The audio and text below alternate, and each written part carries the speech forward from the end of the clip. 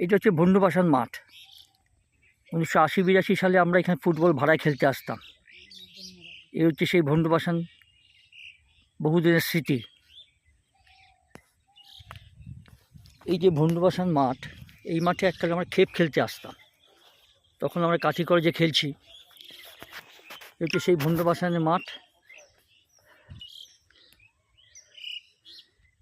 তখন তো এই রাস্তা পাকা রাস্তা ছিল না। আর সেই বট গাছ, সেই পুকুরে গিয়ে বলটা পড়তো। আর ওখানে সেই ক্লাব ঘর।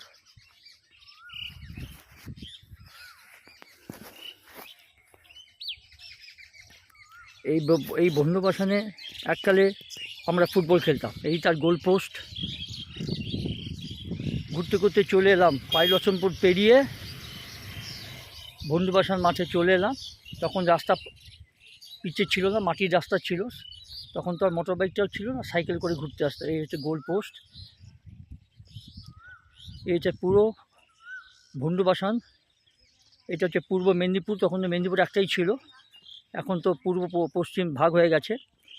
এই পূর্ব মেদিনীপুরের এই বন্ধুবাসান পাইলসনপুর হয়ে এই বন্ধুবাসানে এলাম। এই বন্ধুবাসানে এককালে আমরা খেপ খেলতাম। তখন 100 টাকার মূল্য অনেক। 100 টাকা দিয়ে একটা গ্রাউন্ড আমরা নিতাম। কখনো স্থানীয় ক্লাবে ভাড়া খেলতে আসতাম, কখনো আমরা কাছের কোনো ক্লাবে খেলতাম। আমাদের কলেজ বসে এখানে টিম খুব একটা দিত না, কাঠি কলেজ। তবে আমরা কাঠি কলেজে পুরো সেট টিমটা খেলতে আসতাম এখানে।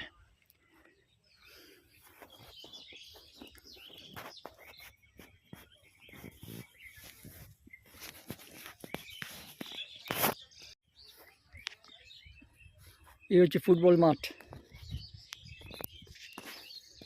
এই ফুটবল মাঠে, এই বন্ধুবাসান মাঠ, এই মাঠের খেলতে আসতাম। এখনকার ছেলেমেয়ে জানতে পারবে না।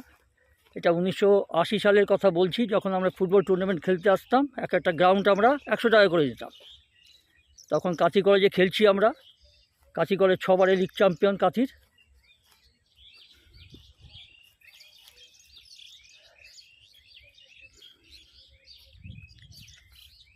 ভাবলাম যখন এদিকে এলামই, তাহলে একটা কাঠি কলেজের প্রাক্তন ফুটবলার হিসেবে বা প্রাক্তন ছাত্র হিসেবে প্রভাত কুমার কলেজের, তখন প্রভাত কুমার কলেজ সারা মেদিনীপুর একটা বিখ্যাত দুর্ধর্ষ টিম ছিল আমাদের।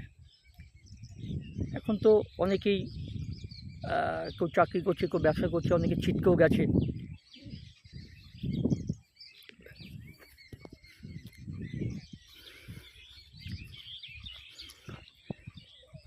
সুন্দর জায়গা।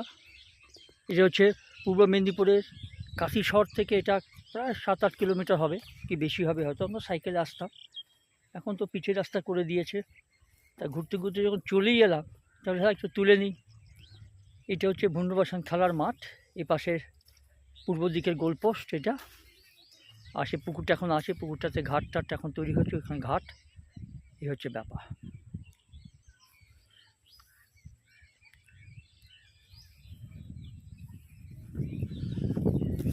ভাবলাম একটা ভিডিও করে রাখি, পুরনো স্মৃতি, আমার কলেজ লাইফের স্মৃতি। কলেজে খেলাকালীন এইটা হতো আর কি, খেলতাম।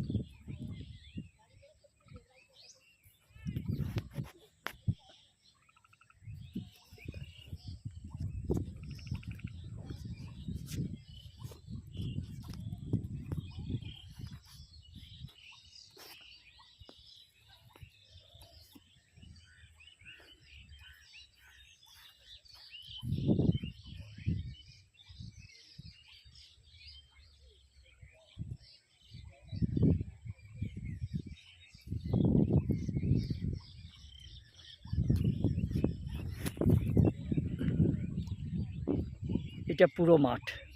এটা পশ্চিম দিকের গোলপোস্ট। এই যে মাঠটাতে, বড় মাঠটা, বেশ বড়ই মাঠ।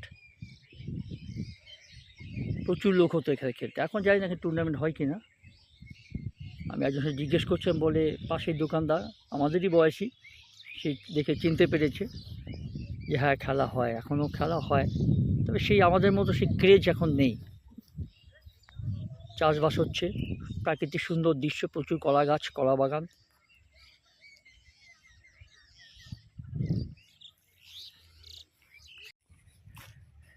এই হচ্ছে বন্ধুবাসানে একটা জায়গা, গ্রামে চলে এলাম শুধু সূর্যের ছবিটা তুলো বলে। পরন্ত বেলায় সূর্য ডুবে যাচ্ছে, দেখুন কত বড় সাইজের সূর্য।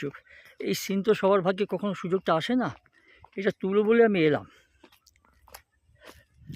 দেখুন সূর্য ডুবে যাচ্ছে, কি দারুণ দৃশ্য দেখুন।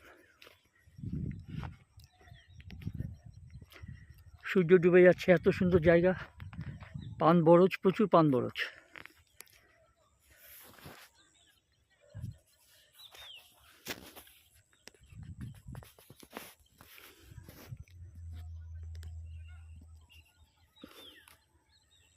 সূর্য ডুবে যাচ্ছে, দেখুন কি সুন্দর সূর্য, পরন্ত সূর্য ডুবে যাচ্ছে।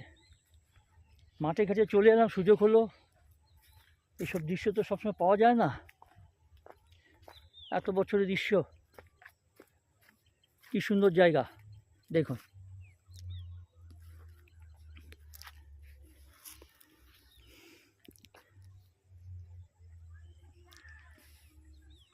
মন ভরে যায় সব দৃশ্য দেখলে, গ্রামের দৃশ্য দেখলে। এটা বন্ধুবাসানের একটা অংশ। ফেরার পথে ভাবনা তুলি একটু। সূর্যটা ডুবে যাচ্ছে, পরন্ত সূর্য দেখুন কি সুন্দর ডুবে যাচ্ছে।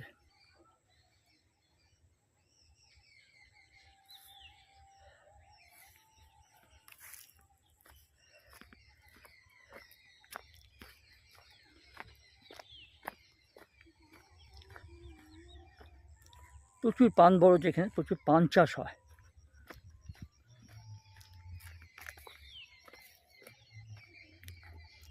এখানে দেখুন পান চাষ, কত সুন্দর পান চাষ হয়। নিরিবিলি গ্রাম একটা। এখন তো রাস্তাঘাট পুরো ফাঁকা হয়ে গেছে, এখানে একটা পান বরজ। জলের অভাব নেই, পুকুরের অভাব নেই, মাছের অভাব নেই, শাকসবজির অভাব নেই। আখ গাছ থেকে শুরু করে সবই চাষ হয় এখানে। বাঁধাকপি, ফুলকপি, ওলকপি থেকে শুরু করে নানা ধরনের শাকসবজি।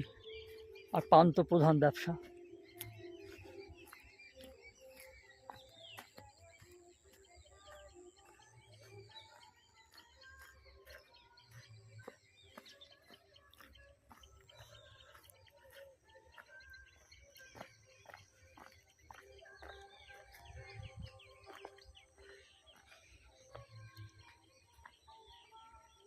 এই জায়গা বিক্রি আছে বলে একটা পোস্টার দিয়েছে।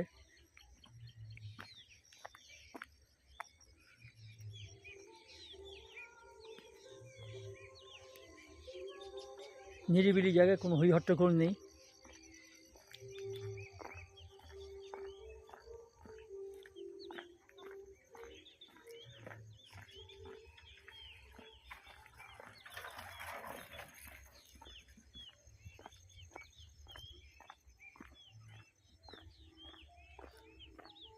ধান, একটা জায়গায় ধান, এক একটা খাটে ধান কাটা হয়েছে। আর কিছু কিছু ধান হয়তো আবার চাষ হচ্ছে, ওই পাশে যেমন চাষ হচ্ছে। বিস্তীর্ণ জায়গা, বিশুদ্ধ হাওয়া, অক্সিজেন বিশুদ্ধ, কোনো ইয়ে হবে না,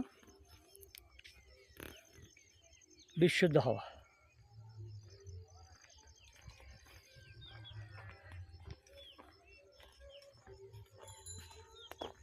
পান গাছ, পানের বরজ, বিশাল বরজ এটা। এই যে রাস্তা, এই রাস্তা দিয়ে হেঁটে যাচ্ছি, ছেলেটা সাইকেল চালিয়ে আসছে।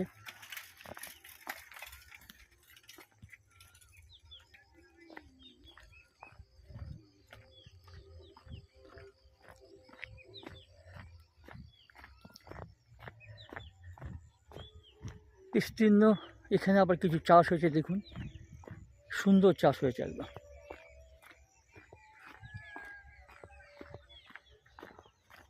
নতুন চারা গাছ, সবুজ, মন ভরে যায়।